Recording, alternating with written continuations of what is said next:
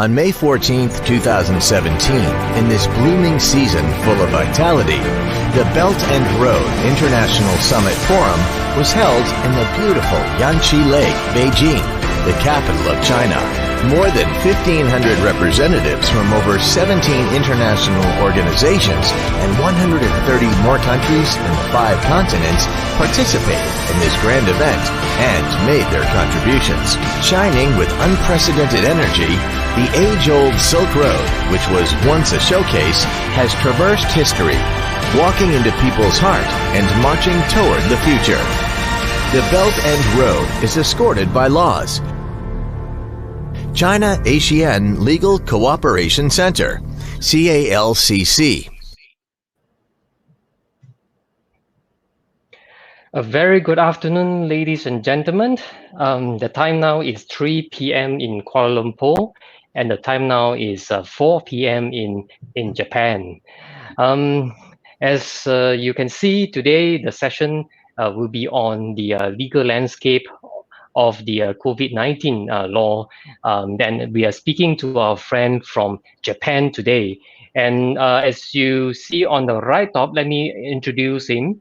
His name is Kazuto Yamamoto. Hi, Yamamoto-san. Hi, good afternoon. Hello, hi. Hi. And you can see at below is Mr. Marcus Tan from Ricky Tan & Co. Hi, Marcus. Hi, everyone. Hello. Hello, hi. I will do a introduction of Yamamoto-san. He has a long and outstanding credential. If I have to read the entire paragraph, then it will take us a long time. But I'll just do a very brief introduction about Mr. Kazuto Yamamoto. He started his career as a lawyer in Daiichi LPC in year 2000 and is a partner in charge of the cross-border transaction in international dispute resolution practice groups. He has broad experience in both inbound and outbound investment with an emphasis on the merger and acquisition, M&A, particularly those involving markets in the United States, China, Southeast Asia, and the EU. Kazuto has a wealth of experience representing a wide range of foreign and Japanese companies, ranging from startups and SMEs to major listed corporations. In addition to drafting commercial agreements in English, Kazuto is also a skilled bilingual negotiator. That is a very brief introduction of this very outstanding legal practitioner based in Japan. All right. So I would like to ask Mr. Yamamoto, how is the situation currently in Japan? Because we look at the statistic today, I think the figure is is quite large in Japan, and also we also hear about the possible extension of the emergency in Japan. So perhaps please let us know how's the situation currently in Japan, Yamamoto-san. All right. Thank you so much, Dato Taeyong, for the kind introduction.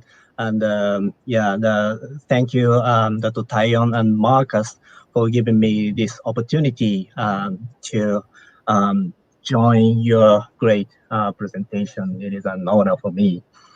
And in Japan, now we are in the middle of the long holiday week. It is called in Japan Golden Week. So the in usual situation, it is the busiest one of the busiest time of the year for tourists, and every hotels packed, and every roads very crowded, and every entertainment facilities fully packed. However, due to the current situation, and also we are under a state of emergency, the people are complying the request to stay home quite well. Although we see some crowds in supermarkets and some shopping arcades and some of those ordinary places, and also the parks are somehow a little bit crowded. But overall, I think the people are complying stay home request quite well. And so the statistically speaking, so the currently we have the confirmed case of infection more than 14,000, and also the people died for the COVID-19 surpassed 500. So these are not a small number, but considering the population of Japan, it is not a terrible number. Still, I think we are managing the situation.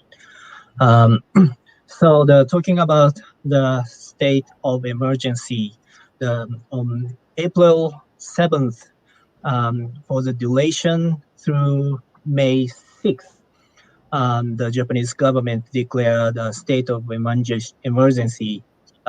It was only for 7 prefectures of metropolitan areas, such as Tokyo and its vicinity prefectures, Osaka, Hyogo, and Fukuoka. However, it was not enough. So on April 17th, the scope of a state of emergency was expanded to all prefectures in Japan. And largely speaking, the curve has been flattened, but we still have um, new infection cases. The decrease of the number of infections are not sharp enough. So on May 4th tonight, the government will announce to extend the state of emergency until the end of May. And so talking about the state of emergency, although the sound of the wording state of emergency sounds very stringent, Yes. and it may be counterintuitive, but it is not a lockdown at all. And there is basically no mandatory restriction and no sanctions at all for people. So it is only a request from the national and local governments to stay at home and aiming to reduce the contact with others by 80%. That's the aim. And the exception of stay home is essential activities such as groceries, doctor visit, and also commuting if work from home is not possible. And the government states aiming to reduce commuting by 70%. Um, so the in so the situation is different in some local um, prefectures by prefectures. So in some metropolitan prefectures like Tokyo and Osaka and some others, several types of business have been requested to close, especially the entertainment-related businesses such as karaoke parlors, bars, nightclubs, live houses, movie theaters, and sports clubs. And also the large commercial facilities such as department stores and big shopping malls, except for the shops offering goods and services for everyday life. So the but again, it is not mandatory order. It is a request. So the basically not all the business are shut down. So the many shops and stores are still open, using some precautionary measures for infection. So the Yeah, I mm, see. and mhm. The state of emergency sounds more relaxed compared to the Malaysian movement control order. We call it the Right. movement control order, the MCO. What do you think about it, Marcus? From the Uh, sound of it. well, today is actually the first day where we have the conditional MCO. I think the MCO has been extended for quite some number of times, and there are many requirements that we have to fulfill. For instance, we're still allowed to go out to buy necessary goods, grocery shoppings, but only one from the family, one car per family. You have to wear a mask, bring hand sanitizers. We see grocery stores even limiting your time to like 15 minutes, and there you go. You have to buy groceries 15 minutes. You have to go. Mm, So here, I think because of course here, if you don't comply with the MCO, you can be brought to court, and you can be penalized. You can be fined. So, I mean, as what I know now in Japan, although you call it a state of emergency, in my mind, it's like you would expect soldiers to be on the street or police on the street, telling you to. Right, right. Hmm. Yeah, I think it's very counterintuitive words. right. Okay. So for now, I think those who join us live, I would like to say hello to everybody, to the viewers. So let me just pull up their comments. Um, all this came in just not long ago. Cindy Q says hi. Um, I, hi, and this one comes say hi Yamamoto-san, konnichiwa, I. and Dato Rikitan says hi. Hey, Yes, this is your mug. yes. This is your mark. He showed you the markers just now. Having this coffee mug. All right. So next, SJ Go says, "I'm a big fan of yours, Yamamoto-san." Oh, thank Xiangju, you. yes, Thank you, Xiangju. Then Sanju. hi, hi, and Tek King Tang Tek King, hi, hi. He says hi, hello Tek King. Good to see you here. We have Sifu Chan says hi. Very cute cat over there. And we also have Rajan Paul. I heard BBC that Japanese are generally law-abiding citizens who takes the requests from the government seriously. So perhaps when they say a request to stay home, it means Mhm. really stay home. So Yes. yeah, so that's Mhm. the situation currently. Now, I like to move Mhm. the discussion towards the businesses. When we say Mhm. that, so that's a state of emergency. So are the businesses open, or some they are opening as usual? But is there any drop in the businesses? How's the situation? How's the condition of the businesses there Mhm. currently in Japan? Mhm. Yeah, although it is not a complete lockdown, but still there's a huge impact for businesses. So especially the tourism industry Mm, is very heavily impacted. So the recent years, Japanese tourism industry relying on the foreign tourists visiting Japan. So it is completely shut down almost. So the hotels businesses in a dire situation, and also bars and nightclubs they are basically requested to close, so they are also severely hit, and also the entertainment businesses are also requested to close, and so the just huge impact on them, and so the numbers of bankruptcies triggered by this COVID-19 outbreak in Japan Mm-hmm. has already passed 100. Um, Mm. so the a state of emergency was declared in April 7. So considering the situation and also the extension of the state of emergency, the number will rise surely. So we are really concerned about the situation. I have a question, Mhm. Yamamoto. When you say 100 companies that has been declared bankrupt, is this Japan wide or just in Osaka? It is Japan wide, and so the number sounds not too many, but I think just more potential bankruptcy cases waiting. Hmm. Right. So based on these bankruptcy cases that Japan is experiencing now, is there any move to increase the threshold for a company to be made a bankrupt, or it remains the same like before? Sorry, the increase the capacity of what? The threshold uh, Mm-hmm.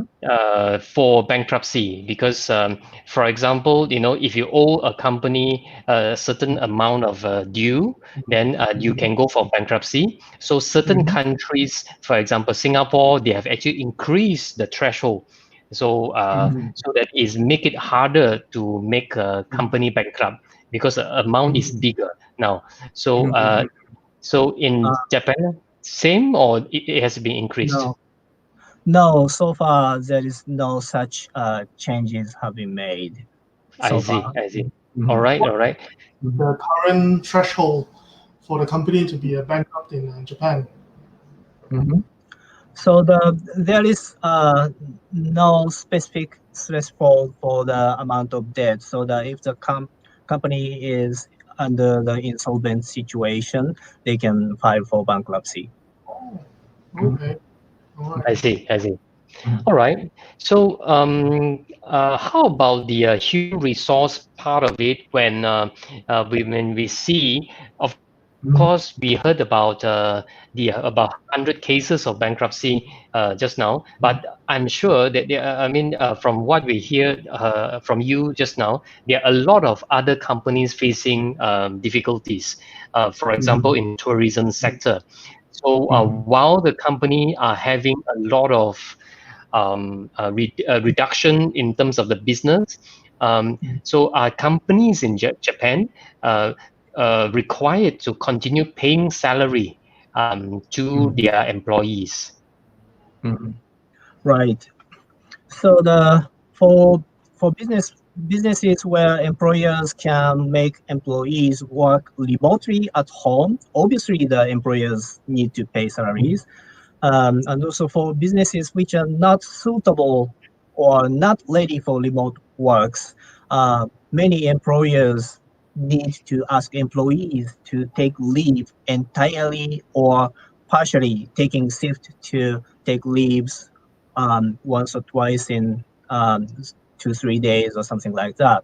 Um, but even if the employers determines to ask employees to take leave, the point is the declaration of a state of emergency is not a mandatory shutdown, but a request from the government. Mm, So there is no sanction, and uh,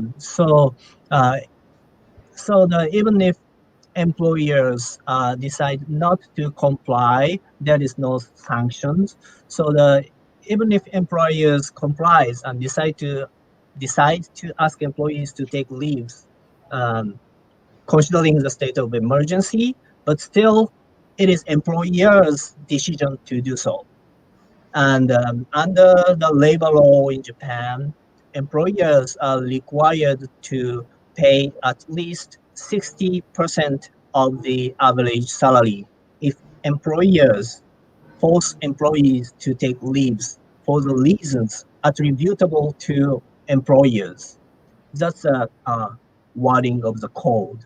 So the because it is not mandatory enforcement, the such decision of the employers to um, make the employees to take leave is generally interpreted as attributable reasons attributable to employers.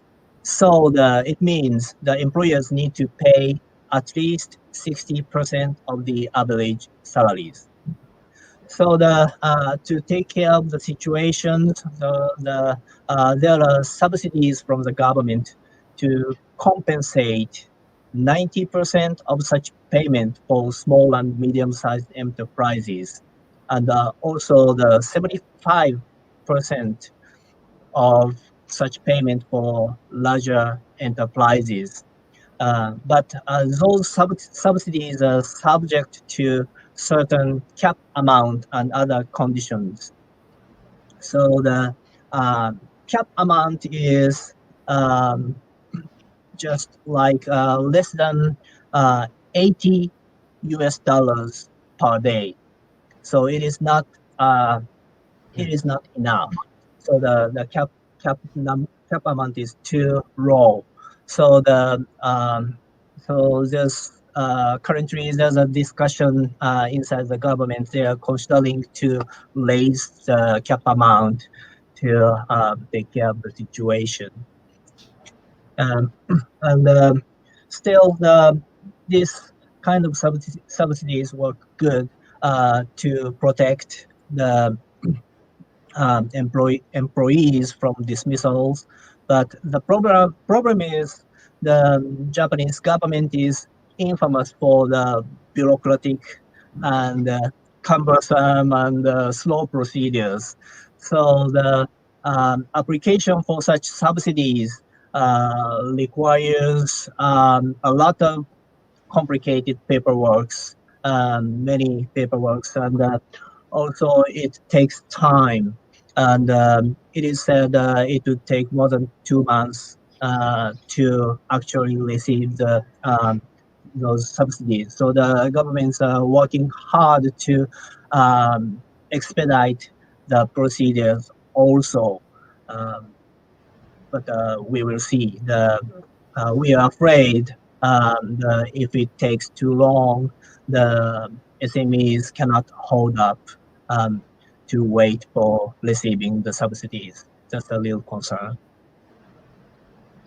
Yeah, I think the subsidy is the process has to be quick and it has to be simple because the Yes, SME they need the fund now. I think they are in a yes. state of in a very serious situation. So, Marcus, would you like to share with us the situation of the wage subsidy that in Malaysia? So the situation, is it faster than the 2 months that they are experiencing in Japan?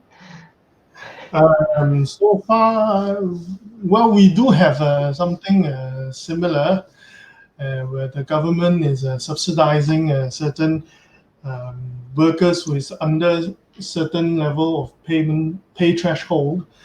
So far, from my own experience, I have not Yes. heard anyone which has gotten the money from the government, and we have been into 2 months of the MCO. So yeah, I mean, we'll see. We'll have to see um, whether because there's suddenly so many applications. The government is still taking time to process the applications. You see, so we'll see. We are at. I hope we are at the end of the MCO, and hopefully we can see something coming out at the end of May. So yeah, but I have one question for Yamamoto-san. I mean, yes, there's the subsidy for the wages. You have to pay 60%. Is this only for local employees? I mean, the Japanese employees. Does it apply to foreign employees? Because, of course, in Japan, there's so many foreigners working in Japan, being a first world country. So, what you've told us, this law, does it only apply to the local Japanese employees or to everyone across? All employees whatsoever, including foreign employees. Being a hard-headed employee, I want 100% of my pay. I want the employer to pay 100%. Is it possible for the employee to do anything? Yeah, the 60% average salary is minimum required by law. So the many companies are trying to pay more, and the government would like to encourage the more payments. So the if the employers pay more than 60%, the government will also compensate the amount 100% amount in excess of the minimum payment. However, the cap limit also applies. So if the cap amount is applied, it is not enough. Yeah. So, well, All right. I just want to know Japan is just famous for their Shinkansen, the amount of people they have in the Shinkansen, the amount of people traveling on the streets. And if you tell me that, it's just a request to stay home, although Japanese, I believe, are law-abiding citizens, but are we still expecting the same images in Japan where you see packed Shinkansen or people on the street? Right. How is the situation there in Japan? Are people still walking to work? How is the situation in Japan now? Yeah, as I said, the commute is not a strictly prohibited request to reduce 70%.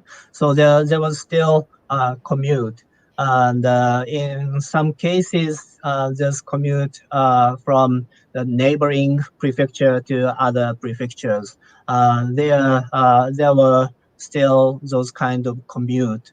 However, the long distance um, movement is reduced drastically. The government is requesting not to travel across prefectures.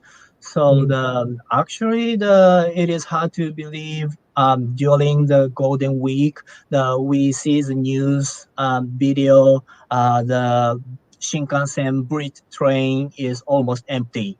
So just one passenger in one coach or something like that. So people are complying the request quite well, I think, despite absence of any sanction. That's good. I mean, Yeah. this is where I think the drastic difference between the country where we are and in Japan. Everyone's just complying.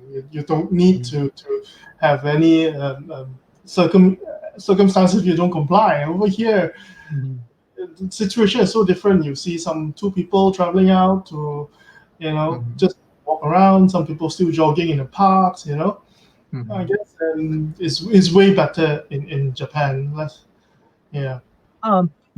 People are, but And so long distance travel, regarding the long distance travel, the people are really complying well, I think. But on the other hand, the people try to stay in their own region, but inside their own region, it is really hard to comply completely. So the people are trying to go out and enjoy the weather, and so the parks are relatively crowded. And so outside is better than under the roof, the inside the room situation. So the parks are relatively crowded. So the not so strictly complied.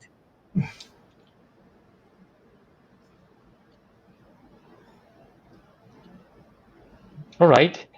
Mhm. Moving on, I would like to ask Yamamoto-san about Mhm. businesses besides the human resource. Another big payment is a rental. Is a rental of the business premises. Mhm. While they Mhm.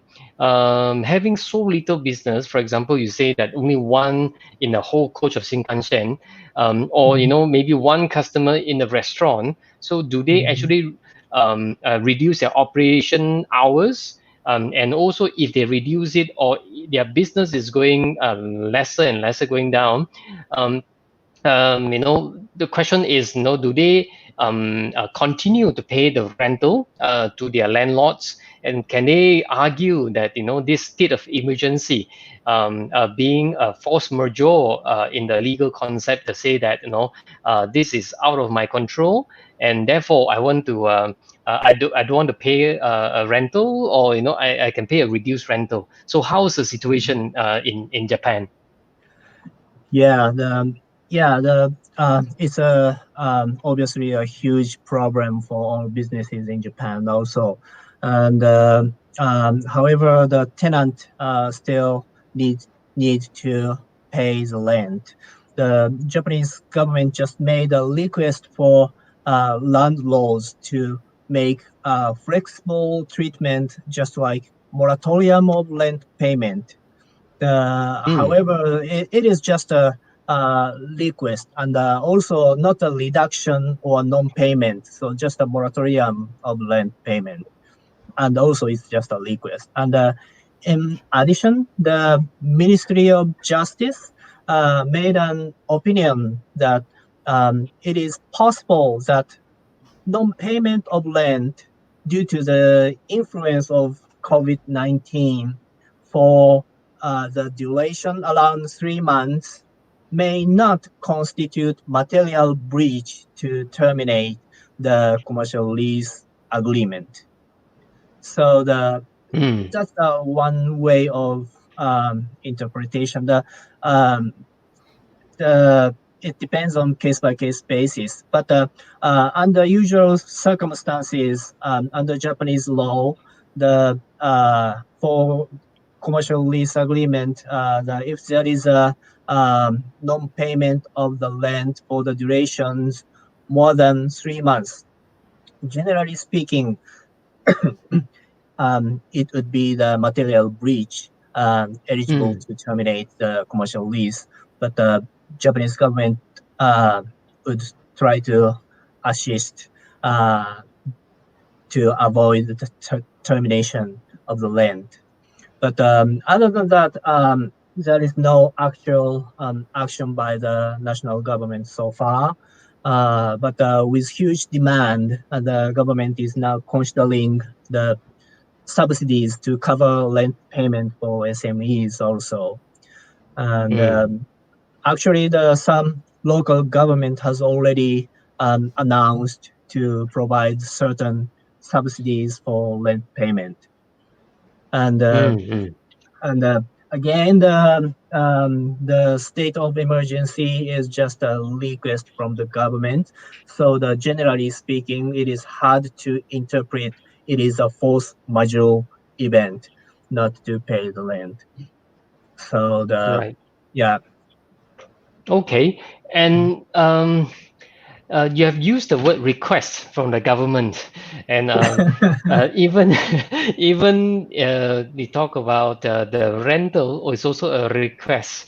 So we can see that there's a huge difference of culture in Japan compared to others, where I think a request, a very polite way of putting a request by the government, somehow has got so much of implication and so much of force onto the citizens of Japan. Because I think, I mean, looking at the context, if we say that, oh, I request you not to go out from your house, so that could take a lot of people very likely rather than a serious situation.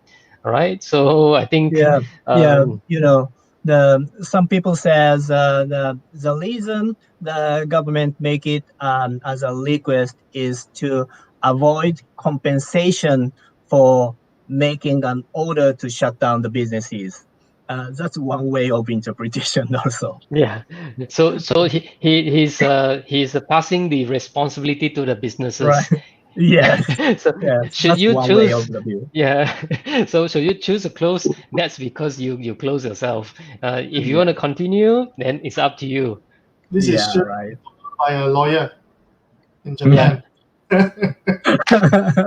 Yeah, But very lawyer-like. yeah, yeah. But Yamamoto-san, you Mm, mentioned about the interpretation by the court mm. to say that non-payment in a commercial rental and or the lease does not amount to material breach of the contract. Mhm. So I'm wondering whether this interpretation was given by the court. Is it because someone already filed a case to the court, or they just So, interpret it?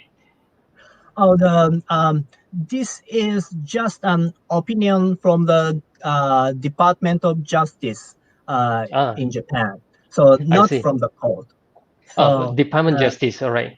yeah, yeah, and we we are not sure the judges will interpret the situation according to that opinion from the Department of Justice. Yeah, still Understand. the um, it it is just a guidance of the situation.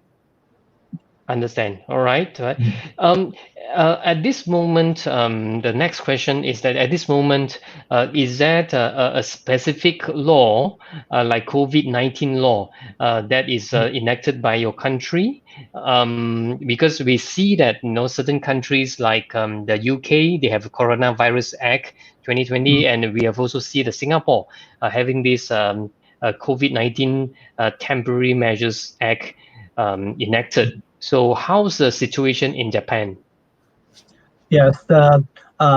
So the actually state of emergency was declared pursuant to the law uh, to deal with a crisis caused by new types of flu, which was enacted in 2012 after the Mm, epidemics of new types of flu, including bird flu.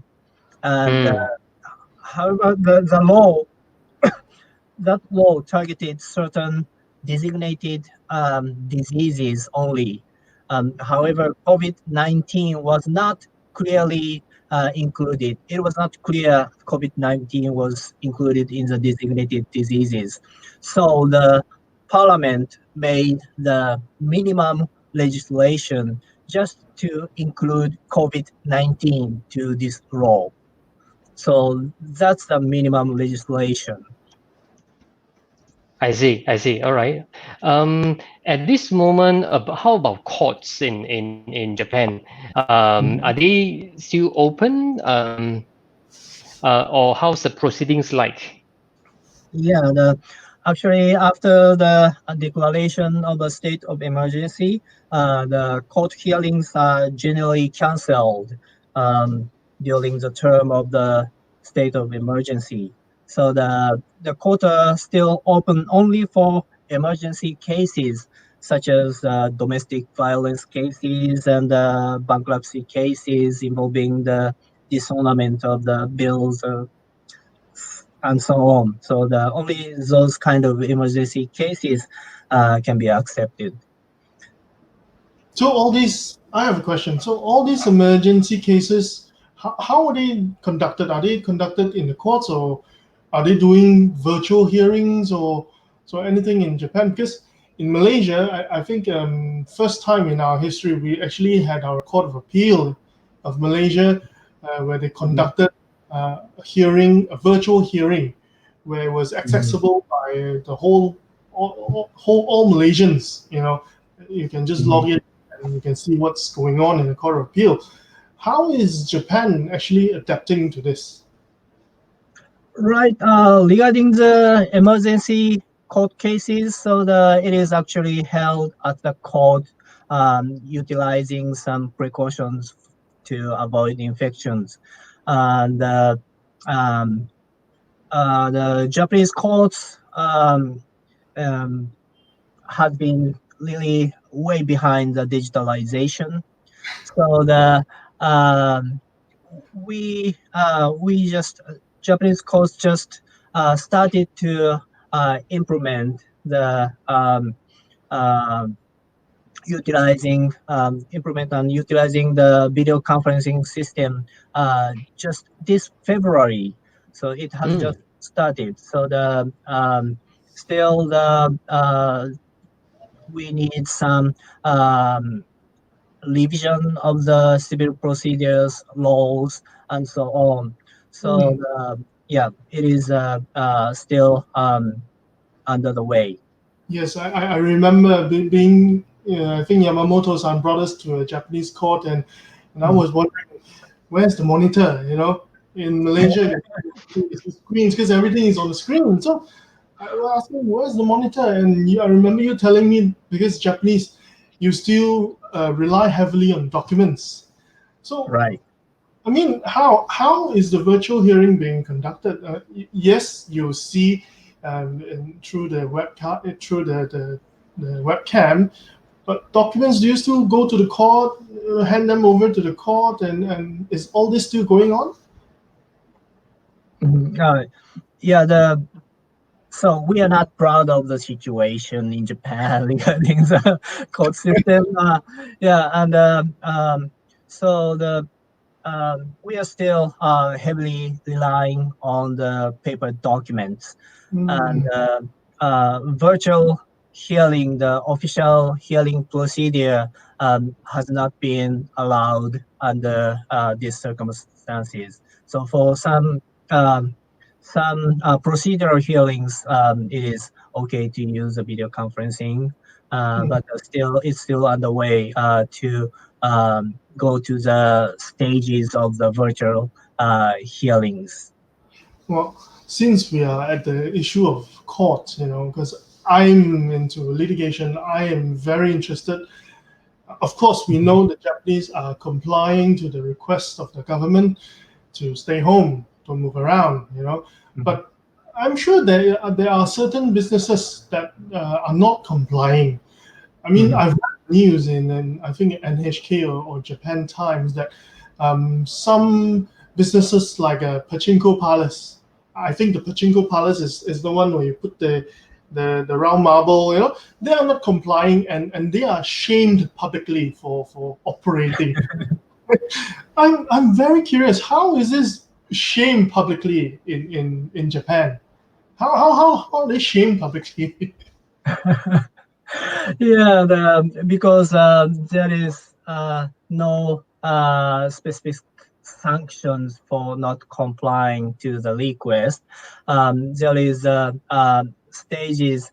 The first, the local government can designate certain business sector to shut down their businesses under the state of emergency, and for the next stages they can just um, make a request to specific businesses, naming specific businesses to make a request to close.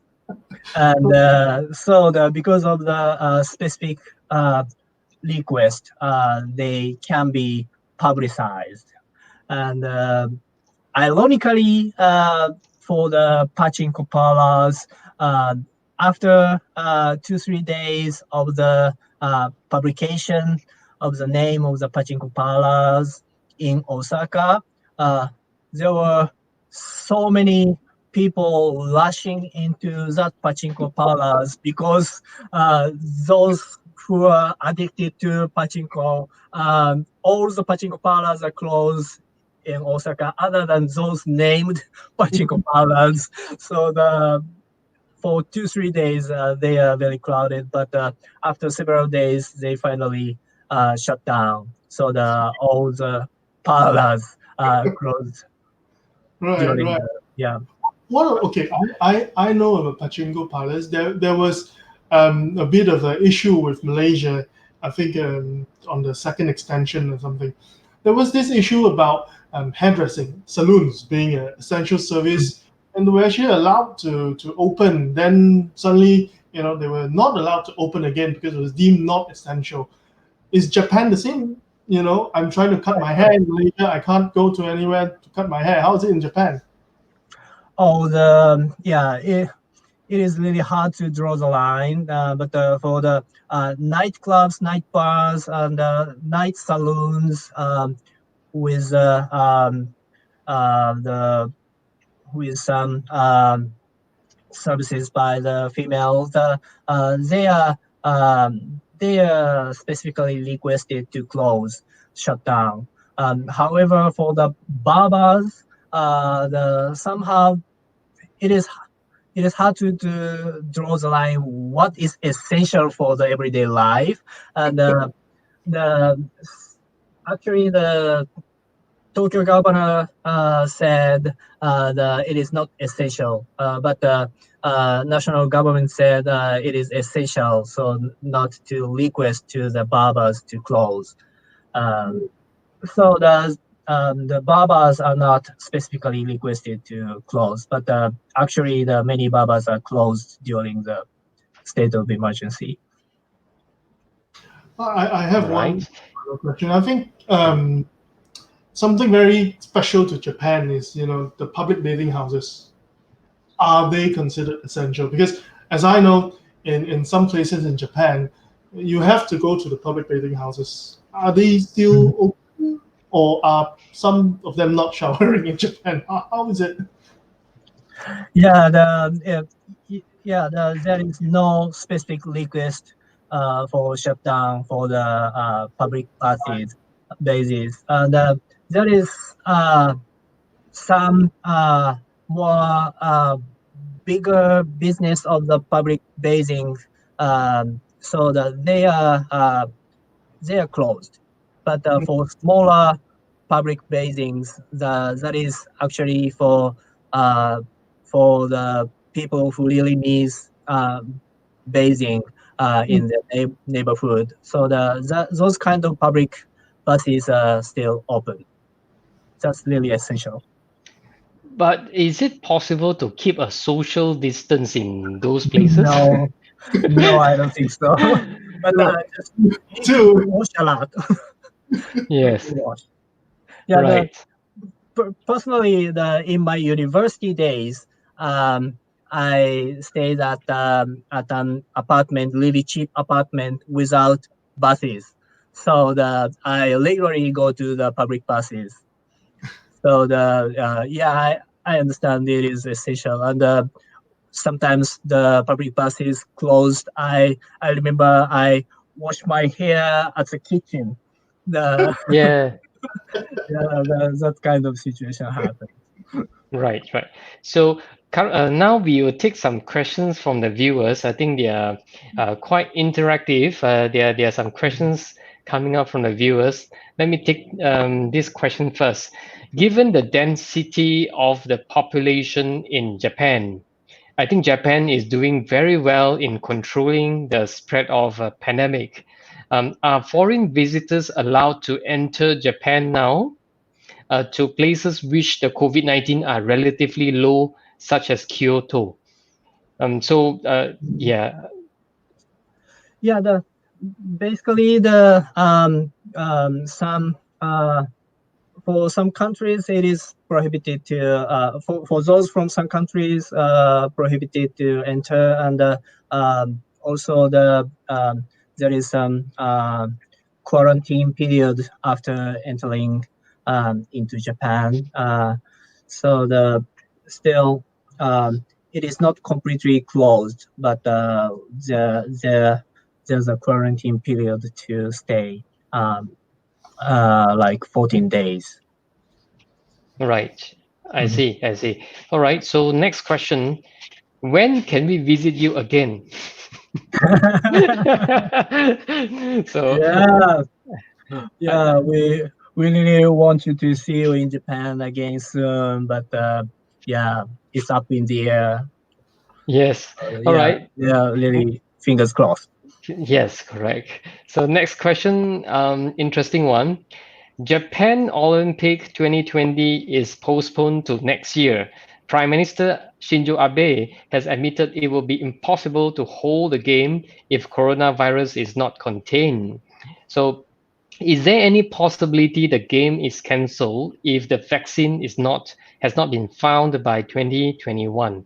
I mean, this is just getting your opinion. I mean, you nobody Mhm. will know this, but what's your Right. opinion about this getting a vaccine by then? Mhm. Yeah, that's the last thing everyone hopes. But yeah, it, it is still possible. The Japanese government is also not to say the Olympics will be held next year uh, uh, in definite way. So we need to see the situation of the COVID-19 carefully before determining um, the Olympic Games to be held next year. But yeah, so many um, stakes. It's a very high stake Mm. game. So the Japanese government will do everything to somehow hold the Olympic Games in the next year. We are just hoping for the best. Yeah, that's for sure. Because I think it's a very important event for any government, and Mhm. we hope that the coronavirus will be over by next year, and hopefully the vaccine will be out by then. All right. So this is also another interesting question. Before we will go through another discussion. A question to the panel: should law firm implement pay cut? So yes, since it's okay, perhaps we'll ask Yamamoto-san. So in Japan, so in the law firm, do you pay? Is it like a commission base for your the staff in the office, or is it a salary based arrangement? If a salary arrangement, then about the pay cut arrangement. So what's your view about this? I'll come back to Marcus after this. Right. Yes, and so now the law firms are not completely shut down. The lawyers are basically uh, working remotely from home. But for the staffs, it is hard to work remotely. So they need to physically come to the office to take care of the paperwork.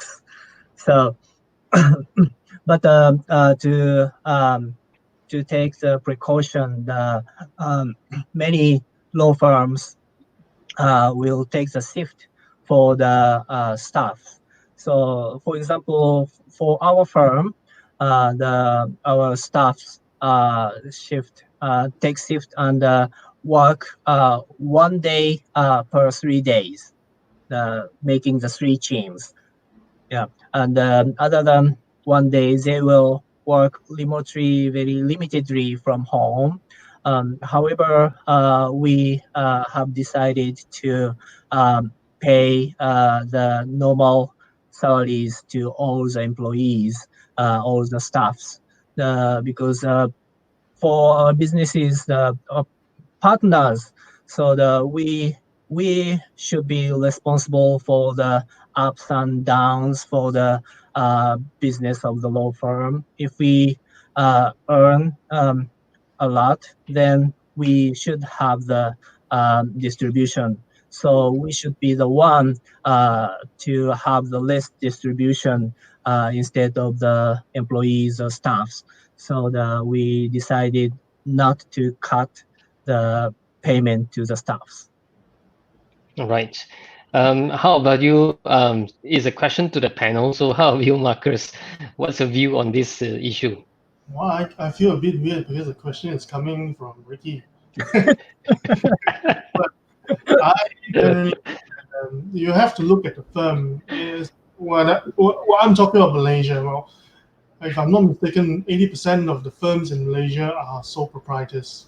So it really depends on the firm at the end of the day whether can they sustain their day-to-day operations. Of course, there are firms which we know that has already started retrenchments, you know, and off the cuff, I would assume that the big firms who has a very high costs, they would consider either retrenchment, salary cuts, and well, not only law firm we are talking about across the board. Like I have clients who are actually talking about salary reduction,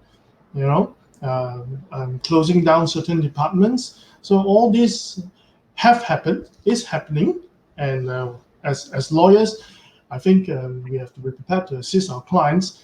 So end of the day, whether a law firm should implement a pay cut, it really depends how you have been operating as in a firm as a whole. If you're a sole proprietor, then what's there to cut? If you're a partnership with 2 or 3 LAs, or suddenly you have many LAs, then you would be considering, okay, is it necessary? Can I sustain? End of the day, it's a business decision. But like like Yamamoto-san said, as partners, they are actually responsible for the employees. So I think that's the first consideration that partners should be considering before considering any pay cuts for the employees, right? Yeah. Yep.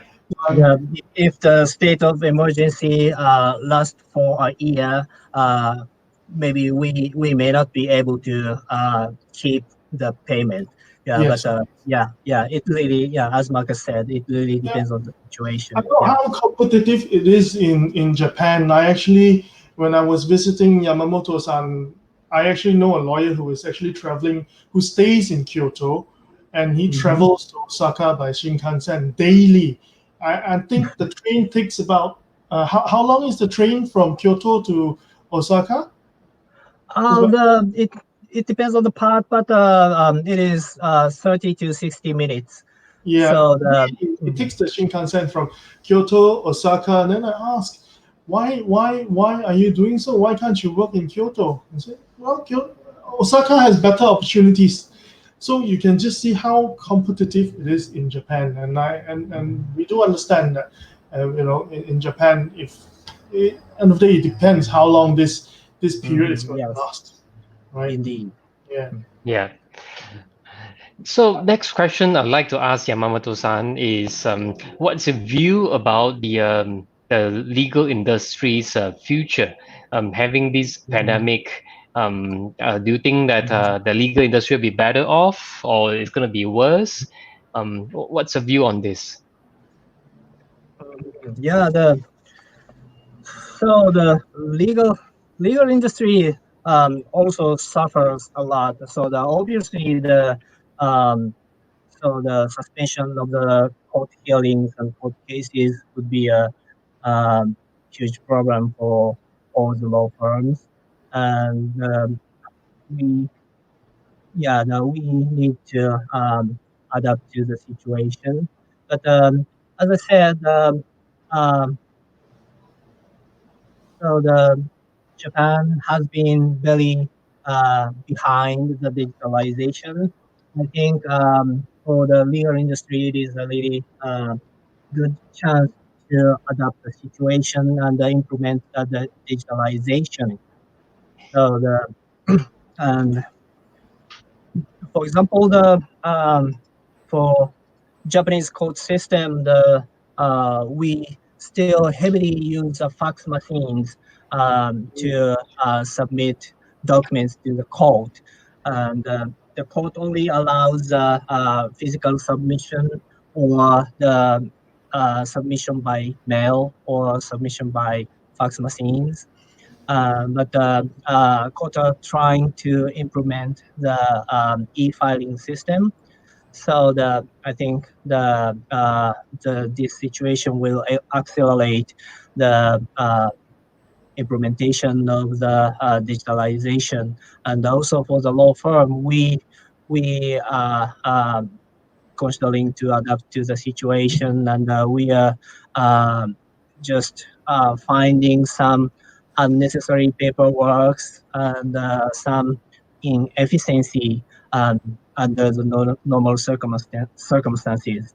So I think we should just change our style of work and make it more efficient. And we should think uh, this as a good opportunity to make our work more efficient. Right. So basically, I think the use of technology is also important.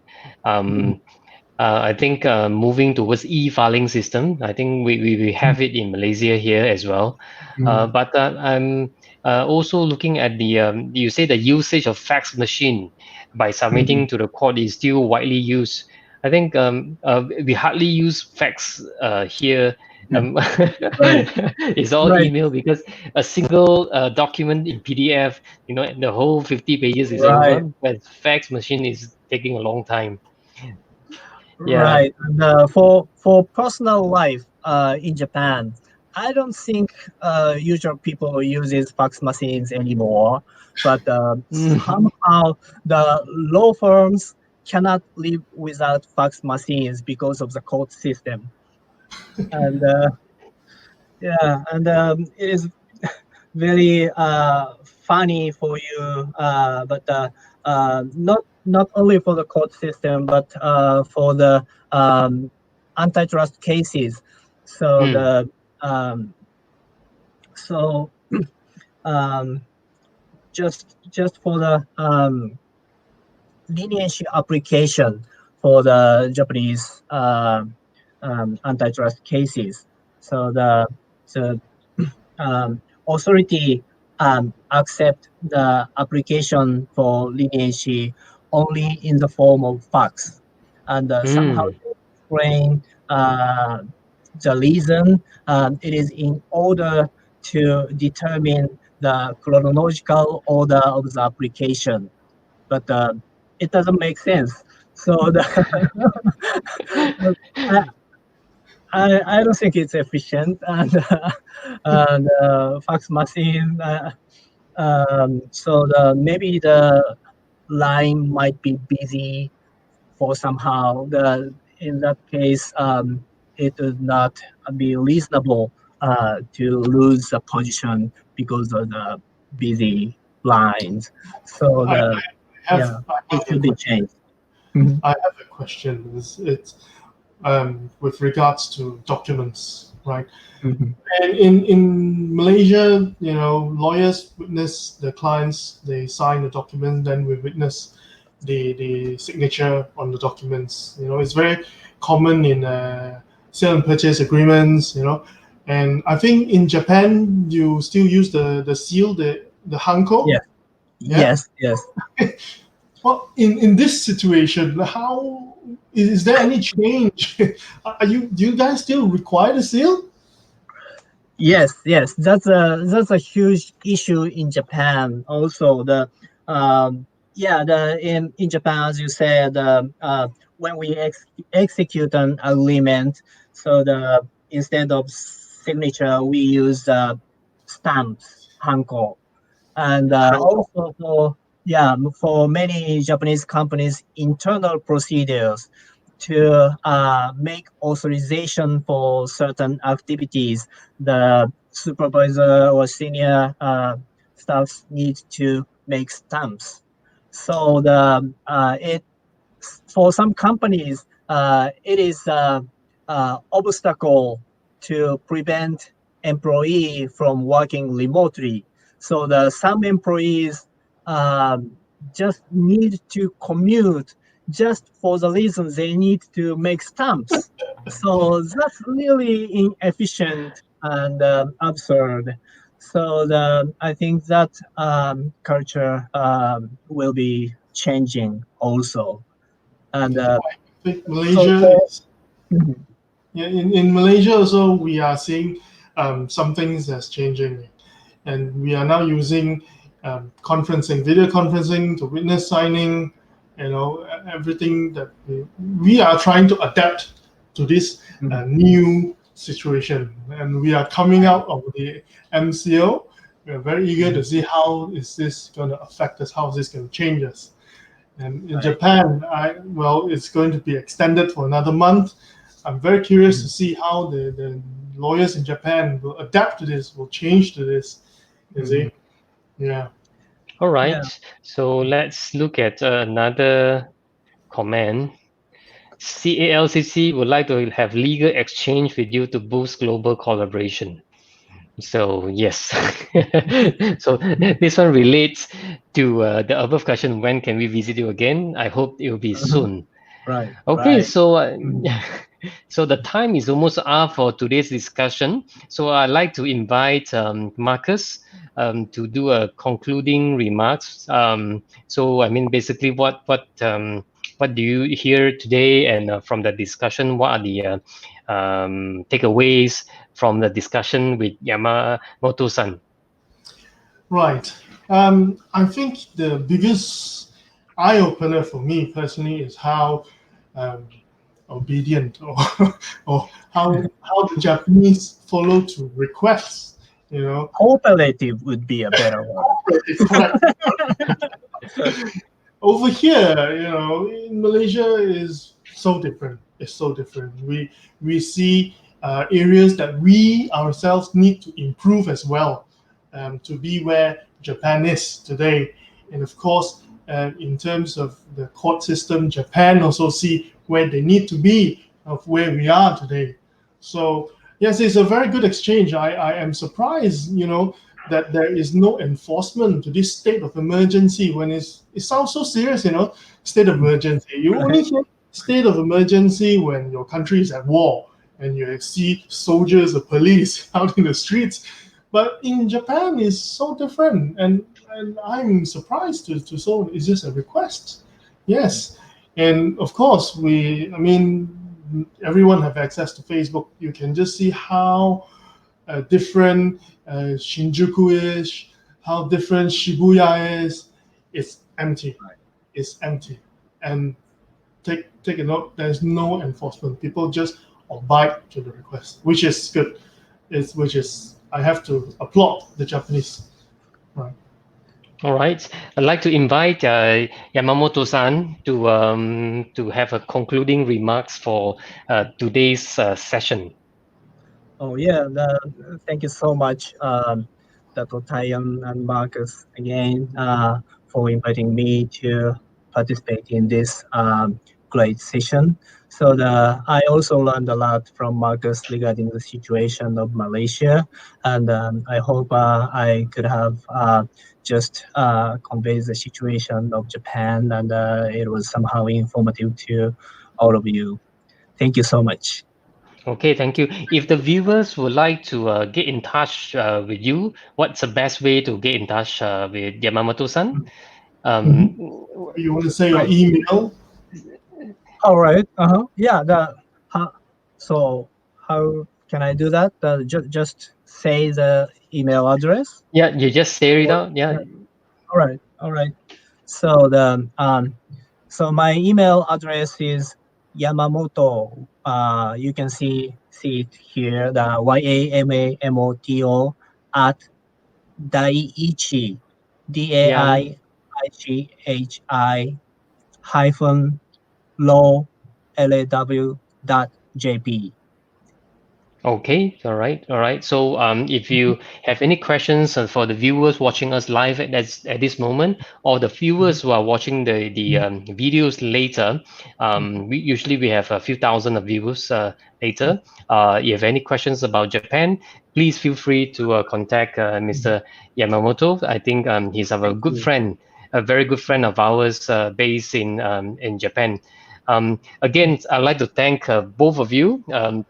Yamamoto-san and Marcus for spending your time to have this wonderful discussion today. I have to agree with Marcus that I'm surprised with the the culture that we are seeing in Japan, where a request of a government, it means so much to the Japanese people, and I think it speaks a lot about the culture, and I believe this culture starts from the young age. And I think it brings up, it's not something that you can change during 1 or 2 months during the emergency. Because when we hear as a foreigner outside Japan about state of emergency, to us it sounds very serious. But we look at it, but you're still able to carry on life as normal. We only about 1,400 cases at this moment. It is high, but if I look at the population and also the density of Japan, I think 14,000 is something is control in under the control number level. Take into account that there is no strict enforcement to lock down all the businesses. So I think well done for this situation. And Rajan Paul just say hats off to the Japanese. Indeed, I think I have to agree with it. Thank you. It is. I think this is something new that we hear about the situation in Japan. So for those who are watching us live at this moment, this is a series of legal talks, having this legal discussion with our friends, the legal experts, the legal practitioners around the world to discuss the impact of COVID-19 and also the legal implications about this situation around the world. So far, we have spoken to our friends from different countries. We started with Singapore, with Indonesia, with Spain, Italy, and there are several cities in China. And today we are speaking to our good friend from Osaka, from Japan. So please stay tuned with us from time to time. We have 2 sessions tomorrow.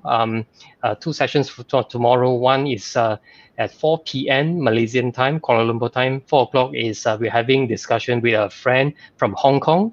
And 6 p.m. we are speaking to another friend from the United Kingdom, the UK. So so this is a series of legal talk meant to gather and also say hello to our friends. Usually we meet up in person, having food and having drinks together. But now these things are very different. We only can meet virtually, but I'm liking it. I like to be able to say hello to our friends around the world through this. And so instead of us just chit-chatting through our phone, so I thought, it would be very good. That's why CALCC organized this series of talk to share out this knowledge and share this experience with our viewers around the world. Thank you so much. And for those joining us since the start, thanks again. I think there are still many viewers are following us throughout this series. Take care. I think for those in Kuala Lumpur and Malaysia, today is the first day of us starting work. Some of us are back in the office, but the virus is still out there. The virus is still there, certainly. I have also heard about this report saying that there's impossible to have 0 cases. We wait until 0 cases for many days only we start work. So in other words, we got to live with the virus. So important thing is our own for our own safety, wash hands and do a necessary precaution. I think that's the best we could do. So I'm signing off for today's session. Thank you so much, Yamamoto-san. Thank you so much, Marcus, again. Thank you. Arigato gozaimasu. Thank you. Thank you. Okay, bye-bye. Bye-bye.